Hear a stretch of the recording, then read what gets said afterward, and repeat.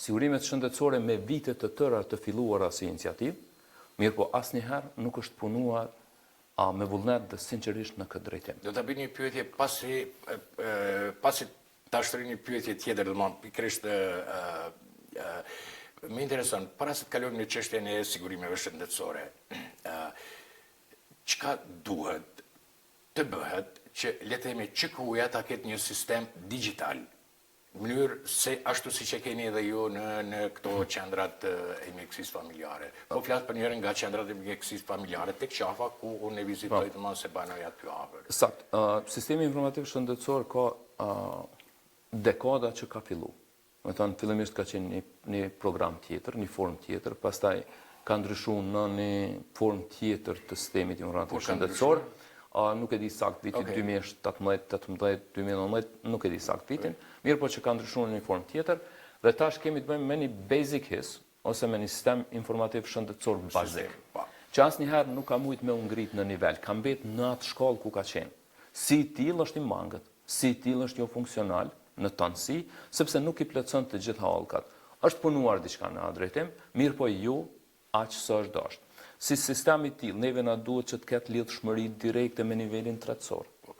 E në qytetet tjera me nivelin dytësor dhe me nivelin tretësor, për me qenë funksional, dhe ti nesër si qytetar ose sot si qytetar i Republikës Kosovës, në këtë rast i kryeqytetit, me shku në institucion me një ID, me një letër njoftim, e jo me një krah letra. Problemi është që edhe sot, në vitin 2025, në fund vitit 2025, qytetari i kryeqytetit dhe çdo qyteti tjetër duhet me pas dosjen me veti për me shku te mjeku, për me shfletu mjeku problemet tua që ka ndodhur. Është diskrepancë dhe dallim i madh që para 25 viteve, edhe para 20 viteve, e ke pas një dosje fizike, po që ka qenë dosje. Dhe ti e ke pas një numër. E kur ke shku me qatë numër, ta kanë gjetë dosjen dhe i ke pas të gjitha gjanat e shkrume në a dosje. Sot, mungon edhe aja. Me tonë, kjo është problemi kyç.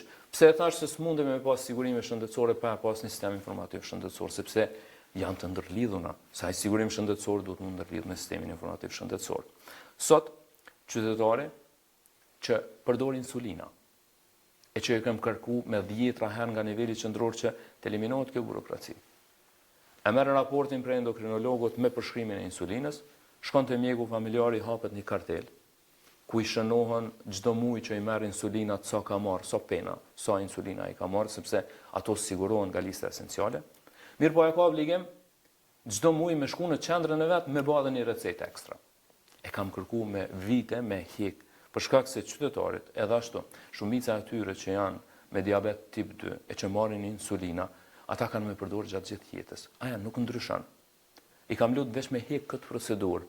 Spaku qytetari lëdjan veç një herë në institucion, po mos t'i bie 2 ditë radhazi me shku me marr. Kjo ka mu eliminu brenda 6 muajve të parë të qeverisë Abdigjiku. Për shkak se është maltretim për pacientin.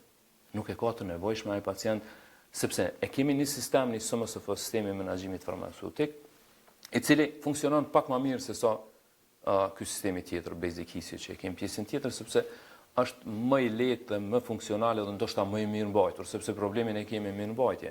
Sot një kompani private, mos të përmendi emra, ta ka një sistem funksional gjigant, e niveli qendror Ministria e Shëndetësisë me gjithë atë buxhet nuk ka arrit me ndërtu një sistem informativ shëndetësor kompakt i cili të siguron një saktësi.